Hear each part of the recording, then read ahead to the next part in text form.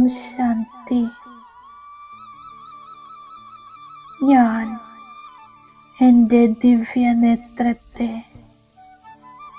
സ്വയം തന്നിലേക്ക് ഏകാഗ്രമാക്കുന്നു. ഞാൻ തിളങ്ങുന്ന ഒരു ജ്യോതിർമയ ആത്മാവാണ്. ജ്യോതിർമയ പരമാത്മാ ശിവബാബ ദാതാവാണ്. ഞാൻ ദാതാവിൻ്റെ കുട്ടി, മാസ്റ്റർ ദാതാവാണ്.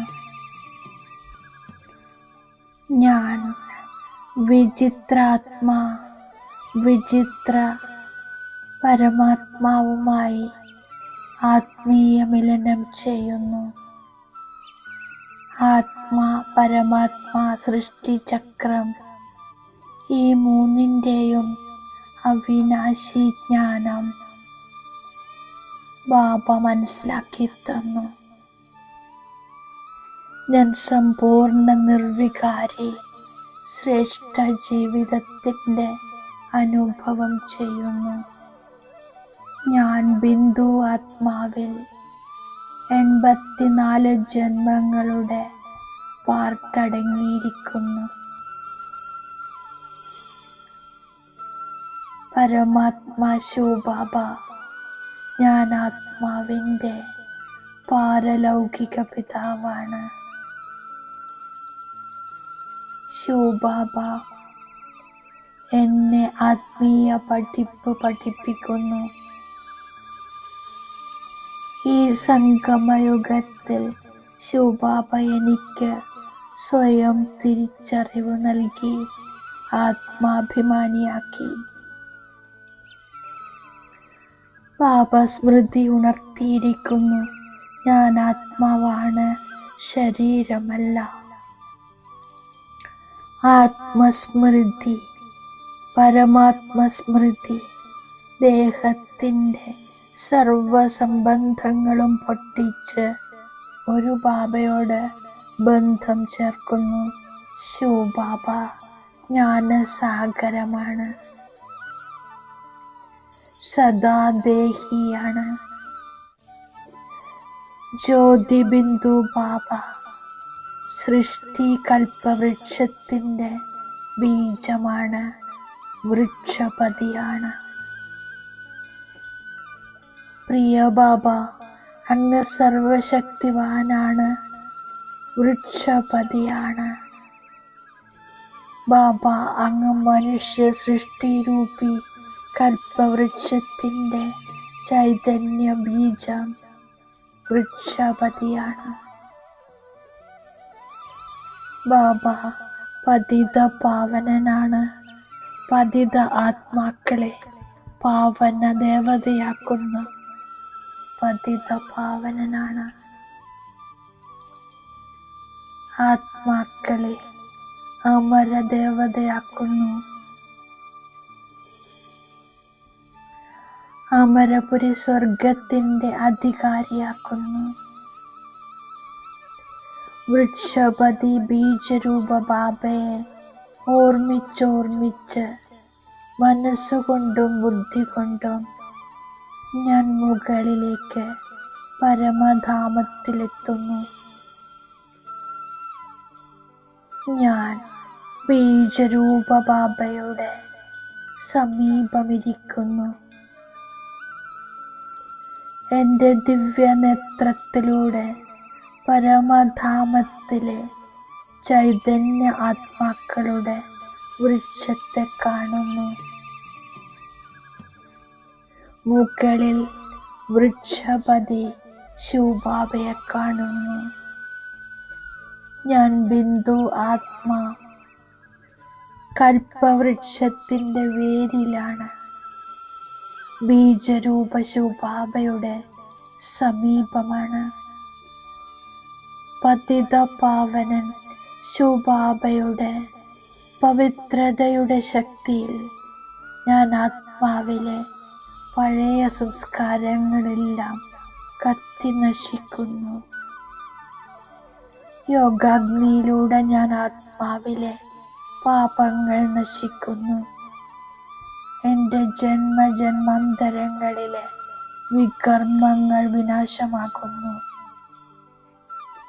ആത്മാവിലെ വികാരങ്ങളുടെ കറയിളകി ഞാൻ പാവനമാകുന്നു, സമ്പൂർണ്ണ പവിത്രമാകുന്നു.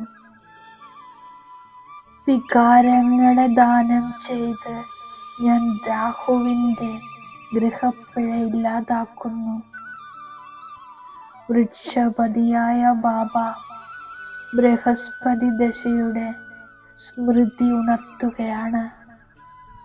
എൻ്റെ ആദി സനാതന ദേവതാധർമ്മം അതിശ്രേഷ്ഠമായിരുന്നു. ഞാൻ സർവഗുണസമ്പന്നനായിരുന്നു. 16 കലാസമ്പൂർണമായിരുന്നു. ഇപ്പോൾ കാമചിതയിലിരുന്ന് കറുത്തുപോയിരിക്കുന്നു. ഗ്രഹപ്പിഴ ബാധിച്ചിരിക്കുന്നു. ബാബ വീണ്ടും വന്ന് എന്നെ വെളുത്തതാക്കുന്നു. ബാബ ചൈതന്യമാണ്, ബീജരൂപമാണ്, സച്ചിദാനന്ദൻ എന്നു പറയുന്നു. മഹിമ മുഴുവൻ ബാബയുടേത് മാത്രമാണ്.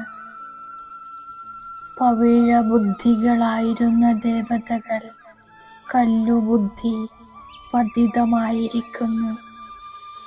ഇപ്പോൾ എല്ലാവരിലും രാഹുദശയാണ്. അതിനാൽ പറയുന്നു, ദാനം നൽകിയാൽ ഗ്രഹണമില്ലാതാകും. വൃക്ഷപതിയായ ബാബ വന്ന് മനുഷ്യർക്ക് വ്യാഴദശയുണ്ടാക്കുന്നു. പൂജ്യനായിരുന്നവർ വീണ്ടും പൂജാരി ഭക്തരായി മാറുന്നു. വീണ്ടും പൂജ്യ ദേവതയായി മാറുന്നതിന് വേണ്ടി ജ്ഞാനമെടുക്കുന്നു. ഞാൻ ജന്മജന്മാന്തരം വിപരീത ദശകളിൽ കറങ്ങി വന്നിരിക്കുകയാണ്. ഇപ്പോൾ ബാബയിലൂടെ വ്യാഴദശയിലെത്തിയിരിക്കുന്നു. ബാബ പറയുന്നു, മന്മനാഭവ. ബാബ പറയുകയാണ്, കുട്ടികളെ, ഇപ്പോൾ നിങ്ങളുടെ മേലെ വ്യാഴദശയാണ്. ദാനം നൽകുകയാണെങ്കിൽ ഗ്രഹപ്പിഴ ഇല്ലാതാകും. ഇപ്പോൾ സമ്പൂർണ്ണ നിർവികാരിയായി മാറണം. പിന്നീട് ശരീരം ഉപേക്ഷിച്ച് ശിവാലയത്തിൽ വരുന്നു. ഇപ്പോൾ പവിഴനാഥൻ എൻ്റെ ബുദ്ധിയെ പവിഴമാക്കി മാറ്റിക്കൊണ്ടിരിക്കുന്നു. മുള്ളുകളുടെ കാട്ടിൽ നിന്നും പൂക്കളുടെ പൂന്തോട്ടത്തിലേക്ക് പോകുന്നതിന് വേണ്ടി ഏതെല്ലാം വികാരങ്ങളുണ്ടോ അതിനെയെല്ലാം പുറത്ത് കളയുന്നു.